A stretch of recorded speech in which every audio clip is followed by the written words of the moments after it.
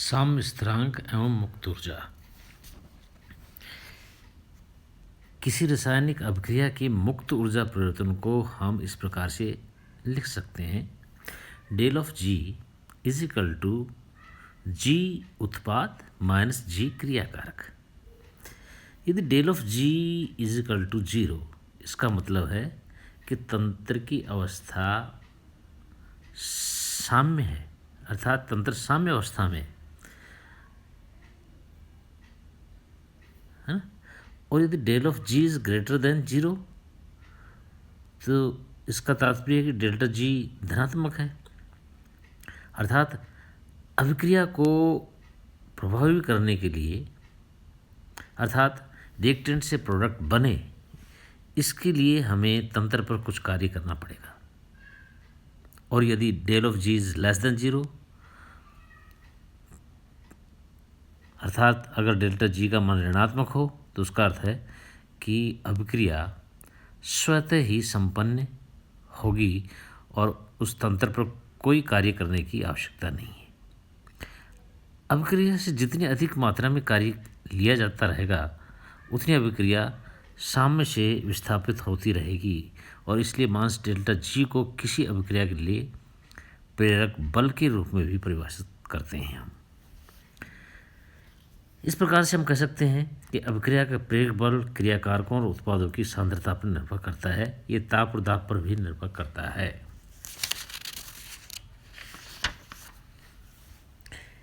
यदि स्थिर ताप पर हम इस रिएक्शंस के लिए लिखें डेल्टा जी का मान, तो delta G is equal to del of H minus T del of S. यहाँ एच एंथैल्पी है, एस एंट्रोपी में चेंज है, टी टेम्परेचर है और जी फ्री एनर्जी है। इसी प्रकार अगर स्थिर आयतन की बात की जाए तो reactions change into del of A is equal to del of E minus T del of S. यहाँ A Helmholtz, E internal energy of system, S entropy, T temperature. अगर हम एक सामान्य गैसीय अभिक्रिया के बारे में चर्चा करें तो हम लिख सकते हैं उसको Na1 A पॉजिटिव N2B साम्यावस्था में है M1C positive M2D। One type अभिक्रिया के समतापी के अनुसार del of G is equal to del of G0 RT/ln PCm1 PDm2 upon PaN1 PbN2। और अगर अभिक्रिया साम्यावस्था में है तो delta G becomes equal to zero. हम जानते हैं इस चीज़ को, इसलिए delta G is equal to zero, it's means delta G zero must be equal to minus RT/ln PCm1 PDm2 upon PaN1 PbN2। ये फिर हम लिख सकते हैं रिएक्शंस को कि del of G zero is equal to minus RT/ln KP। और अगर KP और KC में रिलेशन देखा जाए तो हम लिख सकते हैं del of G zero is equal to minus RT/ln KC into RT की पावर डेल ऑफ n। अब अगर delta n is equal to zero that is equal to one power में हो तो डेल्टा n जीरो के बराबर हो, that's becomes equal to del of G zero is equal to minus RT/ln KC। तो ये डेरिवेशंस है। अब हम देखते हैं कि सक्रिय द्रव्यमान के नियम का ऊष्मागतिकीय उत्पन्न। अब एक समीकरण पर विचार करिए,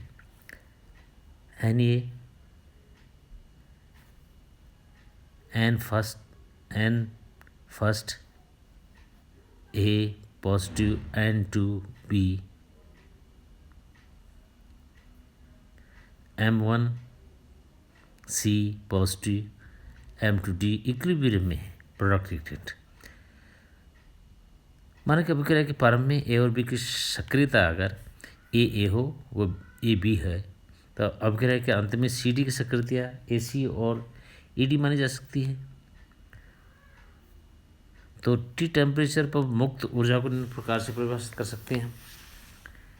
जी is equal to G A G zero positive R T L N A, G B zero positive R T L N A B. Similarly G C होगी G C zero R T L N A C, और G D होगी G D zero R T L N A D. G zero इकाई सक्रियता की मानक परिस्थिति में मुक्त ऊर्जा है, और इस प्रकार से डेल्टा जी को लिखा सकता है। Delta G is equal to delta G is equal to G उत्पाद माइनस जी क्रियाकारक, और इस प्रकार से हम डेल्टा जी की वैल्यू हम निकाल सकते हैं। ये मान उत्पाद ये ऊपर वाले मान रख दें तो delta G becomes delta G zero positive R T L N A C की power m1 into A D की पावर m2 अपॉन ए की power n1 into A B की पावर n2। अगर रिएक्शन साम्यावस्था में है तो डेल्टा जी बिकम्स जीरो, तो delta G zero is equal to minus R T L N सक्रियता ऑफ सी की पावर m1 इंटू सक्रियता ऑफ डी की पावर m2 अपॉन सक्रियता ऑफ ए की पावर n1 इंटू सक्रियता ऑफ बी की power n2। अब ये जो आगे क्वांटिटी है that is A C m1 into A D m2 upon A n1 into A B n2 that is equal to K, साम्य स्थिरांक है। तो इस प्रकार के आ गया delta G zero minus R T L N K. तो के की वैल्यू आई है ना, ये के की वैल्यू क्या आई, दैट इज सी सी की power m1 into C D power m2 upon C A की power n1 into C B की पावर n2, और ये सक्रिय द्रव्यमान का नियम है।